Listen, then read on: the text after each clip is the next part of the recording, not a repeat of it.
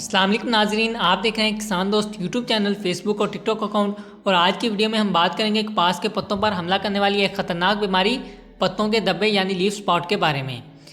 یہ بیماری ایک فنگس یعنی پھپھوندی آلٹرنیریا گوسیپائنا کی وجہ سے پھیلتی ہے جو زیادہ تر برسات کے موسم میں ظاہر ہوتی ہے۔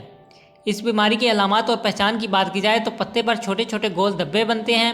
ان دبوں کا رنگ میلا بھورا ہوتا ہے اور ہر دبے کے گرد سرخ رنگ کا ہلکا نظر آتا ہے۔ یہ دبے ٹینڈوں اور پتوں دونوں پر ظاہر ہوتے ہیں۔ بیماری شدید ہو جائے تو پتے جھڑ جاتے ہیں اور فصل کمزور ہو جاتی ہے۔ پودے کے متاثرہ حصوں کی بات کی جائے تو پتے اور ٹینڈے زیادہ تر متاثر ہوتے ہیں۔ تنا اور شاخیں بھی بعض اوقات متاثر ہو سکتی ہیں۔ اس بیماری کی وجہ سے پیداوار میں 25 سے 40% تک کمی آ سکتی ہے۔ پتوں کا جھڑ جانا پودے کی فوٹوسینتھیسس یعنی خوراک بنانے کے عمل کی صلاحیت کو متاثر کرتا ہے۔ اور موسمی حالات کی بات کی جائے تو یہ بیماری زیادہ تر برسات کے دنوں میں حملہ کرتی ہے جب درجہ حرارت 25 سے 30 سینٹی گریڈ ہو اور نمی 70% یا اس سے زیادہ ہو، تب یہ بیماری بہت تیزی سے پھیلتی ہے۔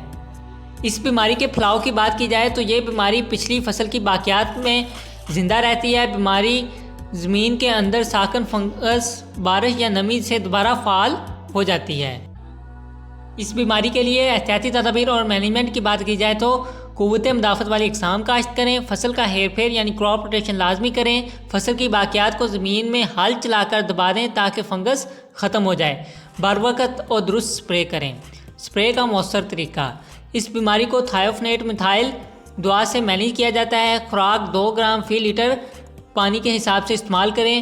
پودے کے پتوں پر اچھی طرح چھڑکاؤ کریں، خاص طور پر جہاں دبے نظر آ رہے ہوں۔